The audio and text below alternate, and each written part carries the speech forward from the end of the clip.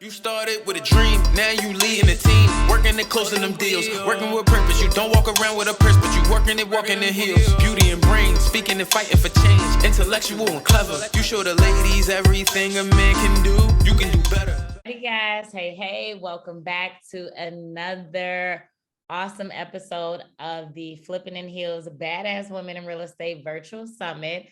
This is our 5th annual, and I'm so excited to be bringing you some powerhouse, amazing women this week. We are sadly coming to a close. I know you guys have enjoyed all of the amazing interview sessions that we had this week, but I'm so excited today because we have a celebrity in the house. I'm sure you all have seen her in action, because who has not seen Selling Tampa, right? It was #1 on Netflix for weeks. And I definitely tuned in to support my girls. And so I am just so excited to just bring this amazing woman to you guys. So we're going to go ahead and literally jump right in, get started. Miss Juawana Colbert. Hey, girl. Hey, Rashana. Hey, everybody. So how are you? What's going on? Welcome. We usually start, well, actually, let me just go back because I'm so excited. Okay. We usually start with just who are you? Where are you from? How did you grow up? And then we'll get into all the nitty gritty. Okay. I'm going to keep it short and sweet. So I'm originally from Los Angeles, California. But when my parents divorced, I pretty much grew up in Youngstown, Ohio. So I'm a Buckeye a little bit at heart. And then I relocated to Indiana, and I moved around a little bit for jobs. I'm always about bettering myself and promoting myself, and I just had the opportunity to do so. And so I've lived a few other places, and now I am in Tampa, Florida. And so that is a little bit of my background without getting too deep into it. Got it. Okay. And then, so how long have you been in Tampa? For 4 years. Okay. Got it. Yes. And what originally brought you to Tampa? So my husband got stationed in McDill. So my husband was military, and that's how I got to Tampa. And that's how my life changed. That's how I met Sherelle. My husband and Sherelle was in the military together. And it's just all the stars aligned. Got it. Okay. And so what industry were you in, when you moved to Tampa? Like, were you already in real estate, or did real estate start after you got to Tampa? How did that come about? I was already in real estate from a standpoint. So I was in economic development. So I helped companies decide on location. So I helped them with corporate headquarters, with manufacturing space, headquarters, distribution. So my background is representing communities when companies were looking to expand or relocate. Got it. That's an interesting job. I actually really like that. And so was it more so like a passion that was developed, right? Like being in that industry and then transitioning into getting licensed, or was it more so just like, oh, this is a job. It's been like a learning experience, and I want to continue? It's a hybrid. So I've always been around real estate. My grandfather owned a lot of real estate in California. He owned a lot of apartment complexes. And so I had already been around real estate pretty much my whole life. But economic development came a little bit as a passion and a little bit out of a need for a paycheck. So, we all got to pay bills and work. And I just was fortunate enough to excel in my roles. So it was a little bit of both. I love it. And so then, now that you're in sunny Tampa, and like you said, you were in, economic development, and then you went ahead and got your license.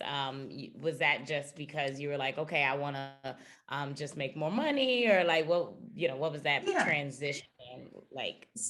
So what happened, to be quite honest, I did real estate school. I started real estate school when my son was probably like 13. And I was a single mom at the time. And so I couldn't finish. I had to be at his games. I had to pick him up from daycare. I was just trying to balance working and being a single mom. So I went for a couple of weeks, and then I dropped out. I was like, I can't do this. And fast forward, it had already been in the back of my mind that I wanted to get my real estate license. And once I got married and was in a position where I didn't have to depend on my paycheck only, I went to real estate school and completed it.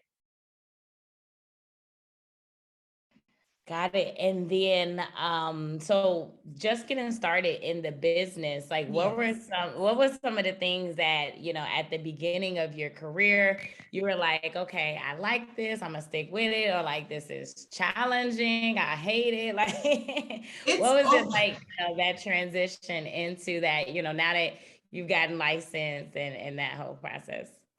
I think it's all of the feelings that you just mentioned. You get frustrated, you're happy, you're excited, you're proud, but then you also are like, once you realize what goes into being a real estate agent, it's a lot.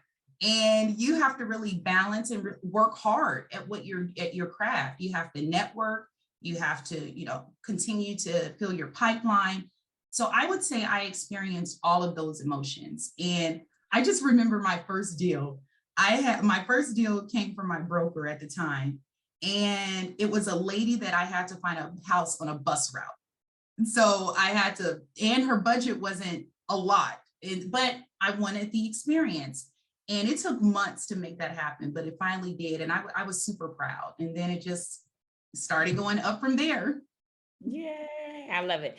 And so, being new to an industry, being new to an area, like, how did you start to grow, right? Your database, your sphere, because I feel like that a lot of people are challenged with that, right? When they move into a new market and they're starting in a new industry, especially as an entrepreneur, right? Where you have to work and hustle to get clients. Like, what were some things that you were doing to build up that network? Absolutely. And again, I don't want anyone to think that it's easy. And it may come a little bit easier for some people and not so easy for others. But for me, I made an effort to do different things that I know that I was good at. So I was good at getting out and meeting people. So everywhere I would go, I would just talk to people. Now I wouldn't be, weird about it, wouldn't, but I would make an effort to go out to places, even when I wanted to be at home. I'm really a homebody. So I have to push myself to go out and network. I network with lenders. I network with housing counseling agencies. I network with, I volunteer my time to teach about real estate. I network with the people that I had met through my previous. So I let everybody know that what I was doing. I let my friends and family know. I even put a message together for them to send out to people they know, to let them know that I'm a real estate agent. So I'm not a cold caller. I know some people cold call and they do really well at it. But me personally, I'm not a cold caller. I would say my biggest success came from just putting myself out there, volunteering, and just really being responsive and having good customer service. People want to know that they can depend on you. And I like to be a person that people can depend on. And so I made that important for me. I love that. Thank you so much for sharing that and then just honing in on those key points. Because I feel like, when we're moving so much in our day to day, like some of the basics get missed. I had a saying before where I was like, listen, if I run into like a family friend or friend of the family or a family member, and maybe I hadn't seen them in a couple months or years or whatever the case, you run into people just randomly or maybe a family picnic and whatnot. And if they say like, oh, I just bought a house or something like that, well, first and foremost, I'm going to say, well, why didn't you call me? And if they say, well, I didn't know you did real estate, that's a problem. Yes. Right. And I love that you said that, like, everybody and their mama needed to know that Juawana is selling real estate now, right? Yes. And like you said, networking with that sphere. But then I love it that you went an extra step and you said, not only am I telling you that I'm available and ready and able to service you, but here's a message for you to send out to all of your people as well. Mm-hmm. Yes. And I love that. So was that just like a text message? Was it an email? It was a text message. So what happened, I made the text message and I said, can you send this to your family and friends? And I also said, when I posted on Facebook or Instagram, can you share it? So I gave very specific instructions as to what I wanted them to do with the information, because I wanted it to be easy for them to say yes. When you ask people to go out their way and to do things for you, you should make it easy, because you want them to say yes. And so that was my thought process. So good, so good. And it's so simple, but you know, I hope you guys that are listening are really taking note to how important it is to, and even in the simple things, like it's the details that like Juawana said, at the end of the day, she just wanted a yes. It wasn't like, hey, can you post on social media? It was like, here is what to post. And you know, like you said, there's no way you could say no. But I love that. So definitely kudos to you for that. And thank you again for sharing that. So fast forward a little bit, right? So you started out, you know, as a realtor, you started networking a lot, showing up, like you said, posting on social media, getting yourself out there. And then the transition into Allure, because I know you mentioned you were at a previous brokerage and then you transitioned over to, you know, Allure. And so what was that transition like? Was it just because, you know, she was in close proximity? Did you immediately go into like office manager from watching the show? It didn't seem like it, but yeah, tell us, you know, how that transition was. So Sherelle's brokerage, Allure Realty, was very new at the time. And she made it very clear that she was not going to take the time to train, because she was still transitioning from the military and doing her thing. So she was like, Juawana, you should probably go somewhere else and get, you know, some training or whatever you feel you need to do, because here you're going to need to hit the ground running. So I wanted to definitely learn the contracts and addendums. Like, I feel as an agent, you have to know those things. You can't say you're an agent and think you're just going to go show houses and not know any of the compliance things or what the things mean that you are presenting to your clients. So it was very important for me to have a good foundation. So I made sure I learned all of that information. And probably about 4 months into being at the brokerage I was previously with, I was like, okay, I'm ready now. I think I'm good. And she was like, well, you always have a seat ready. And I transitioned over to Allure. And that's exactly how it happened. Like, nothing is different about it. It literally happened just like that. And I knew Sherelle obviously before she opened her brokerage, but again, she was very transparent as to what she was going to do. Once I did go to Allure, I was an agent. I wasn't the office manager, but as I started to develop as an agent more, I saw Sherelle's brokerage as a few little things that I thought needed to be adjusted. So I would go to her and be like, hey, you know, I think you should do this, or, you know, here's a suggestion. Do you want me to do it? I always volunteer myself. And I look at it as helping another sister. I look at it as helping someone build their business, because when they are successful, I will be successful too. And that's how I looked at it. And I think she took note of that. And every time I would help her do something, she would just be like, oh, thank you so much. And I never asked for anything in return. But then one day she was like, I think I need, you know, I think I want you in this role. And I was like, okay, well, let's do it. And that's how it happened. I love that because, you know, we see it often on social media where it's like, you know, you won't lose, you know, your light by helping, you know, your sister fix, you know, screw on her light bulb, right? Or like, you know, it costs you nothing to help another queen fix her crown, right? Yeah. And so I believe that is the epitome of that, the epitome of, like you said, sisterhood, friendship, and also just like there was no competition, right? Like you're like, hey, this is your brand, your baby, your business. I am here at the table to, you know, help you out, learn from you, and grow from you, and grow with you. But at the same time, while I'm here, let me be of service, Yes. right?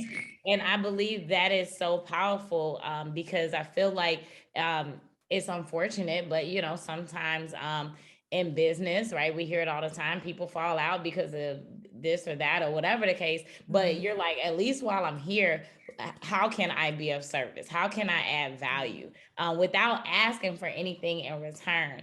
And so I appreciate that so much because I feel like I'm the same way. And, you know, I also, you know, run a team of agents and, you know, I feel like my team is also the same way. And it's okay to have, you know, bigger dreams and bigger aspirations outside of just one person's business, right? But Right. while you are there, how can you support? How can you be of service and be transparent? You know, as to like what your goals are and things like that. I feel like you know, oftentimes people feel like, okay, I'm, you know, this person was only here, you know, to get X, Y, Z, you know, and then they left. But hey, if it was clear from the beginning, like Right. that was the plan, you know, then it's all love. Yes, it is. And it's nothing but love with Sherelle. And I just wanted to help her with her vision. And she supports me. I support her. And it's good. Yeah, I love it. So, after being, you know, in at the brokerage, so you were an Mhm. agent, you know, for some time, and then, like you said, you know, she offered the position to you. So, how is it like balancing being an agent and being, you know, an office manager? Like, are you still an agent full time? Like, where are you, you know, more so? So I want people to understand, even though I'm the office manager, it's not the way Sherelle has her brokerage set up. It's not like it's a full-time job. I mean, agents are independent. It's not like a lot of babysitting. It's just some administrative things. It may be some ideas about things. It may be helping her execute. I'm a project manager by nature. So I like processes. I like getting things done. And I know how to get from A to Z. And so some people are thinkers more than doers. And so you have to surround yourself with people that are the opposite. And so Sherelle's a thinker and I am an executor. And so it works out. It works out that way. And in terms of the time, it's not that time consuming because I am still a full-time agent. And I also have other businesses and things that I am doing. But I think just having someone in place that you can still delegate things to while you're doing other things and to help your thought process and filtering things out is very important. So that's kind of my role. I'm not like I'm not an administrative I'm not an administrative person. Even though office manager is my role, I think the name is a little bit misleading because if some people aren't as familiar with real estate, but I am still a full-time agent, and it is a little bit of a balance, and it's more so people may see me as that Sherelle shows favorites, I think sometimes, but it's really not the case.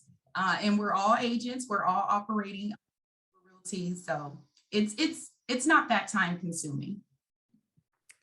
I love that. And I think that also is a good note to take away in regards to partnerships, right? Because you mentioned like, you know, the yin and the yang, but also the balance, right? The balance of being a visionary and, you know, an executor, right? And being able to say like, hey, these are my strengths and this is where I can best operate. So for those of you who are listening, you know, we talk about partnerships often, and you know, that's just something to really keep in mind. Like when it comes to growing a business, when it comes to partnering with people, when it comes to hiring people, right? Like who can you find that balances you out? Literally do a SWOT analysis on yourself if you have not, right? What are Right. your strengths? What are your weaknesses? What are your opportunities? What are your threats, right? And then going out and finding those people and delegating, you know, again, whether it's a partnership or whether it's a hire, in Mm-hmm. regards to finding someone that balances you out. And again, you know, there's no I in team, right? Um, Exactly. and so the next thing that I wanted to ask, so since because you are, you know, office manager, like you said, it's more so you know, high level, right? It's Mm-hmm. not as like you said, time consuming and such. Mhm. But you interact, with a number of agents, right? Mhm. So there's like, I'm sure a component to oversee, but then also a component to talk and listen and hear like, hey, how are you doing? What's going on? What's missing? What do you need? Right. Like, and being that support. So what are some things as office manager that you've noticed that agents need more of, or where do they lack, or what are some main things, that they're challenged with? What are some tips that you have, whether it's even for new agents or seasoned agents or anything? Absolutely. I think some of the things that I've seen agents deficient in, again, I'll go back to knowing your contracts and addendums. You have to know them. Yes, you can fill in some blanks, but you really need to know what it means. So I would encourage everyone to really study those and practice, and maybe, make up a client, and make up a scenario, because I think that experience is vital. I think accountability meetings is important.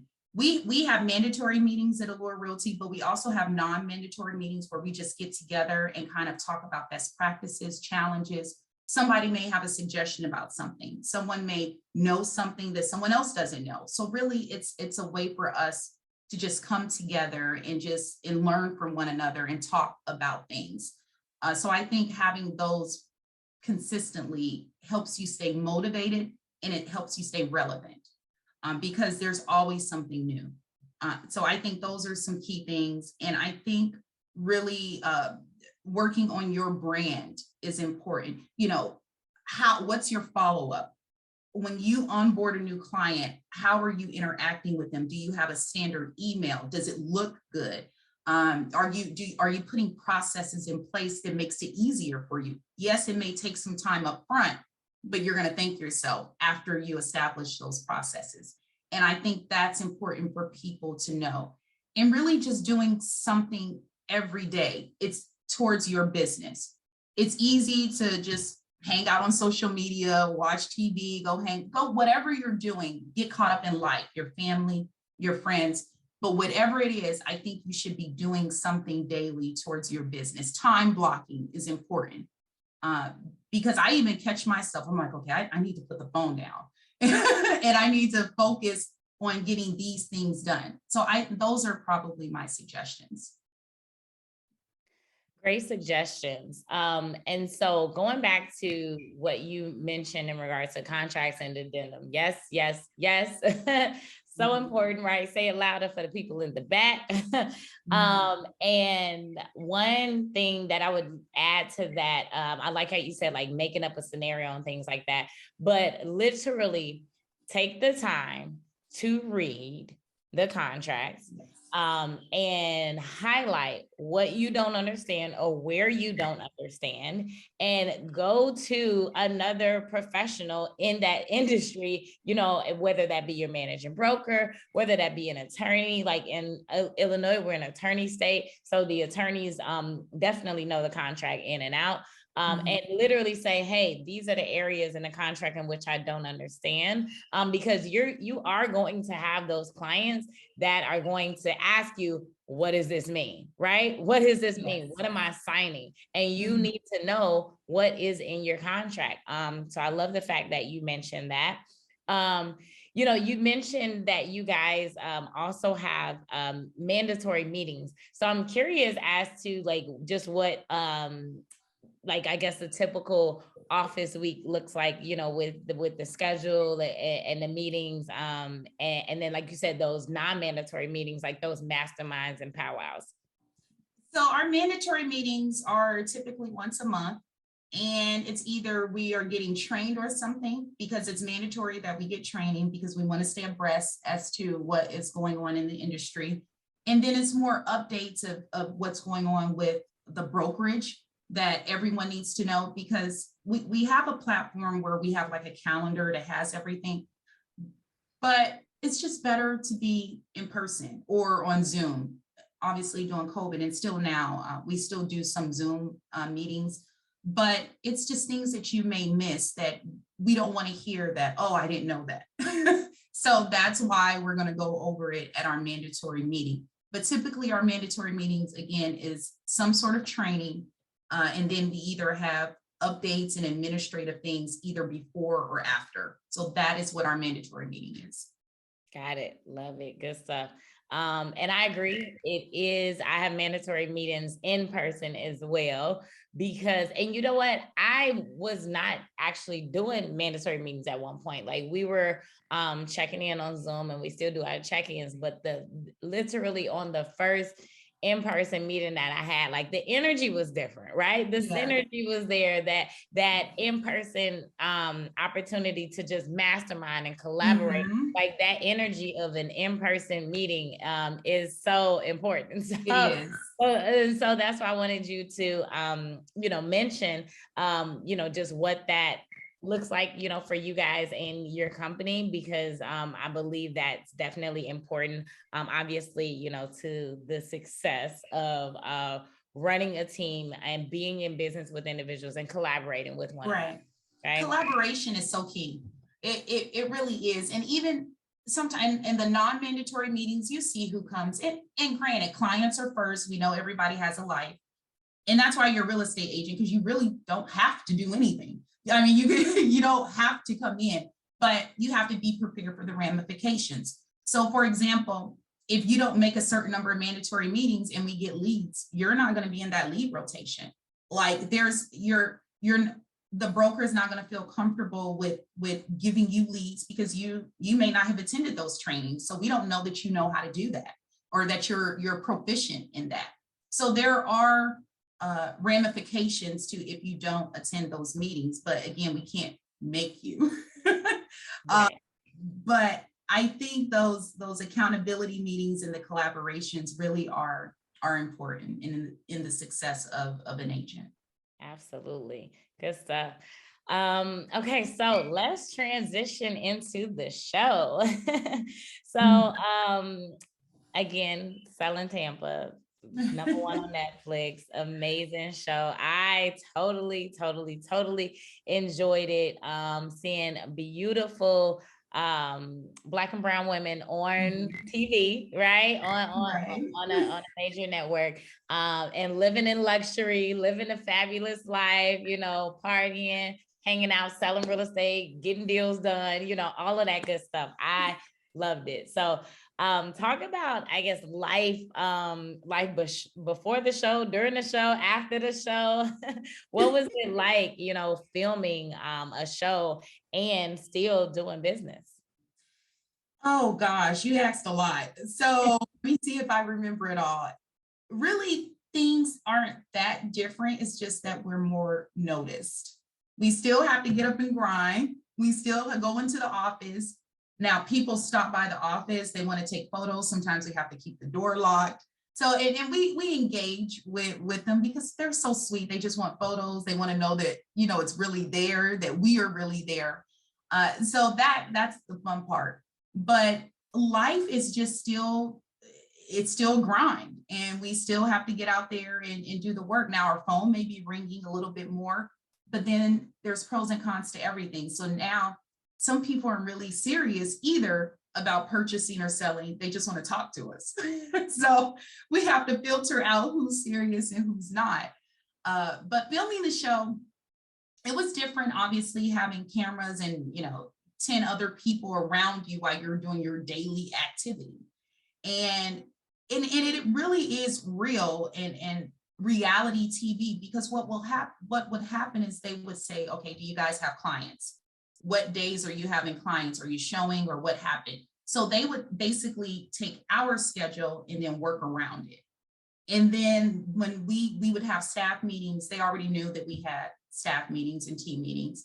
So they would just say, hey, I know you're going to film a team meeting today, so we'll be there at this time. So we knew when it was going to happen. So that's kind of the only difference. It was still our regular day-to-day. Now, some things they would tell us, hey, you guys are going to go to dinner today. Okay, we're going to go to dinner. And so we know we had to dress up for dinner. We had no idea what we were going to talk about sometimes. So it's an experience is all I can say. But it was a fun experience. And I think we're all grateful for the opportunity. we all are happy with the fact that we are showing other minority and women, minorities, women, Black and brown women, that it can be done. I think historically we have seen it be real estate be a male dominated industry, a white male, people who come from money, people who already have the network. None of us had that. None of us. And I think that that's what makes us more proud of the show. Even though we have disagreements, we have shade, we have things that every person would go through if they had to work together every day. And I think in general, we still are proud the way we were shown, even though we had more transactions. People have to understand that when you're we filmed for almost 4 months.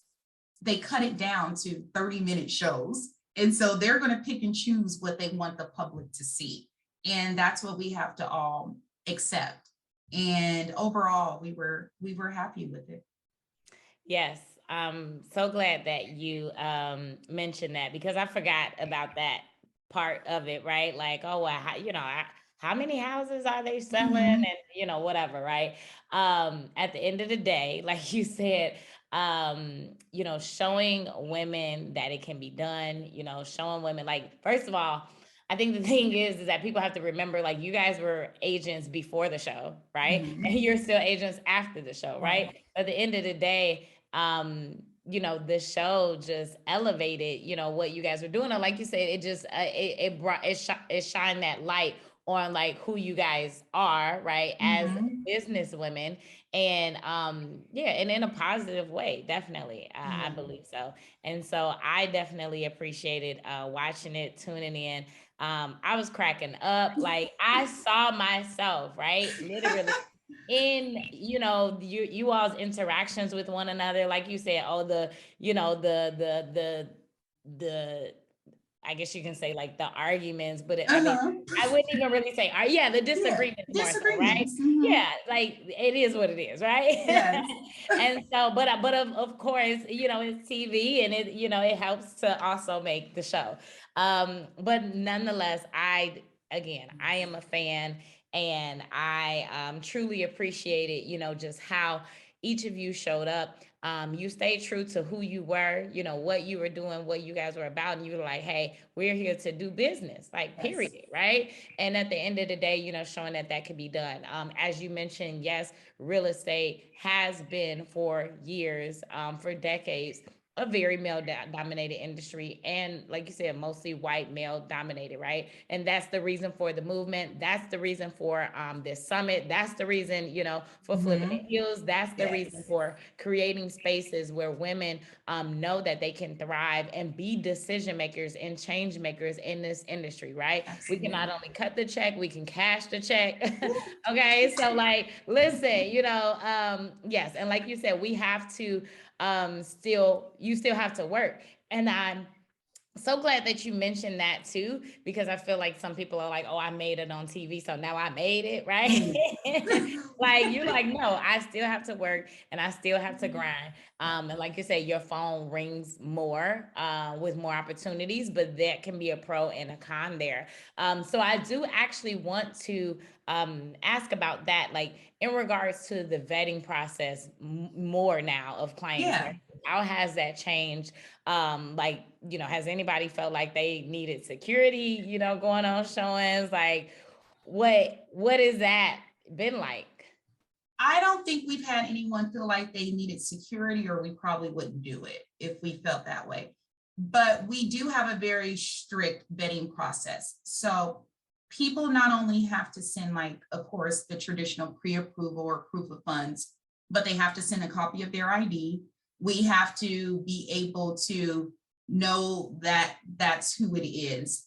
They have to provide some additional pieces of information too, because anyone can you can get a pre-approval. Just because you have good credit don't mean you're not crazy.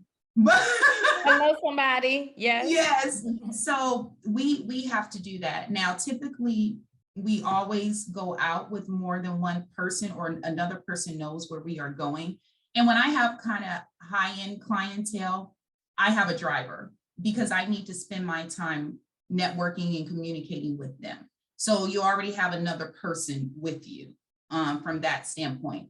But I think just you have to stay true to your vetting process, no matter if you're on a show like we are or not. And I think it's important for agents to know that you're going to have them sign that buyer broker agreement. That's not changing. We're doing that. We're signing the listing agreement. Everything is still getting signed because you never know how people are going to feel after anything, and you spent your time and energy with them, and you should be paid for that. So I would just encourage everyone to have a vetting process and to stick with that process because it's very important. I love it. Good stuff. So unfortunately, so sadly, we are coming to a close. But are there any I know you mentioned like tips, for agents in regards to getting going and getting started. Are there any other I guess you can say like advice in regards to working with higher end clients, right? Because I believe that that's also something that was shown on the show, which gave people inspiration and literally say like, oh, I want to be in luxury, right? Or like, I want to sell like these types of properties. So what advice do you have for people looking to, I've heard it called like break into the luxury market or grow into the luxury market, right? So what is that transition like, or what was it like for you? And what advice would you have? Oh, for me, I guess, okay, so before Sherelle put me in on the deal with Monique Rodriguez, the Mael owners, I think the largest deal I had done was like right at $1 million. And I had done several of them, but that was the largest one up until that point. The highest price point was $1 million. And that is a different ballgame. Yes, everyone wants to get into the luxury market, but you have to be prepared for that. And you have to know that those are going to happen far and few in between your average price home. So you need to know that because you still want to make money. You still want to have clients. So don't let you wanting to be in the luxury market prevent you from helping another client because you still want to do that. I don't turn down clients, period. I don't. It's either I'm going to work it or I'm a team member of mine is going to work it. But I would say to equip yourself with the lingo and the temperament of people with money, affluent people. They're a little bit different. They're a little bit more demanding sometimes. And yes, the paycheck is going to be a little bit bigger, but you're going to have some different experiences, if you will. So you just want to make sure you know what you're doing, because those are the people who are going to quiz you. They're going to want to know that you know what you're doing, that you have the experience, and that you're just not, messing around with their money and time. They're all about convenience. So make sure you are a person that is going to anticipate maybe what they're going to want to know and ask and be prepared for that. And make sure you are treating them accordingly. It's like when you go to a VIP section, you want a better service. You're paying for that, and your price point is in a different bracket. So you expect something more and different. So you just make sure you know that. I would say it's important to kind of dress the part and look the part. Not saying that you have to spend a lot of money on your clothes, but in your bag and your shoes, but it should be quality. I'm all about quality. Yes, I know it's nice to have name brand things, and I have some name brand things, but I'm more so about quality. So you want to make sure you're presenting yourself in a manner that looks luxurious, that feels like they can do business with you. People do business with people they can relate to. And if they can't relate to you, then you're probably not going to get their business. So you want to make sure you're hanging out and associating yourself in places where money resides. I mean, really, that. I know that's right. and it's not going to come easy. It's not going to come easy, but it can come. And I think you just have to be strategic, and you have to be committed to that. And I think it will happen. I love it. Thank you so much for sharing that.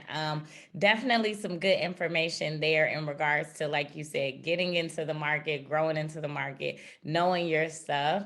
I remember my very first high price point, high rise condo listing at the time, and it was a $500,000 condo, and I was so excited. And I remember someone asked about like the specifics of the appliances. And I was like, well, what do you mean? I was like, black, white, or stainless steel. And they were like, they want to know if it's Viking, Bosch. They want to exactly, Wolf, Gaggenau, like, of course. And luckily this wasn't a client, this was a colleague, but you know, and we laugh about it to this day. But you are absolutely right. If you are gonna play in, you know, that game and you know that lane, know your stuff, take the time to, you know, go to the you know, the what am I trying to say? Like the stores that have and learn the higher end things. Yep, the showrooms. So Yes. yeah, go to the showrooms and like you said, talk to the reps there and understand, like you said, the different appliances, you know, when you get into different price points and things like that. So yes, I definitely had experienced that myself. But yeah, so many good notes, so many good gems. Like you said, dress in the par.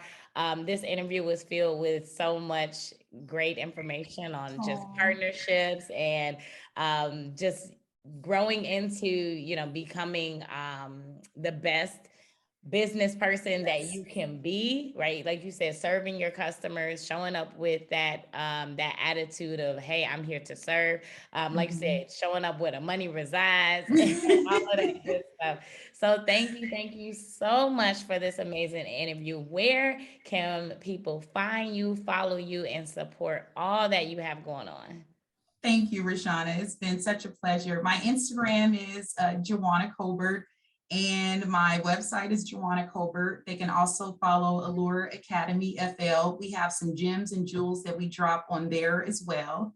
And of course, always watch Selling Tampa. And when we can share some additional information about it, we will. Right, because I'm sure everybody's like, when's the next season? So I'm like, I was not gonna ask that, but again, I am definitely, you know, I'm watching and I'm following. So look, I tell people, look, it'll be out when it's out, it'll be dropped when it's dropped. Well, thank you so much, Juawana, and I will talk to you soon. This has been an amazing episode of the 5th annual Badass Women in Real Estate Flipping in Heels Virtual Summit. Thank you again for being an amazing guest. Thank you, Rashana. Have a good one, everyone. Bye.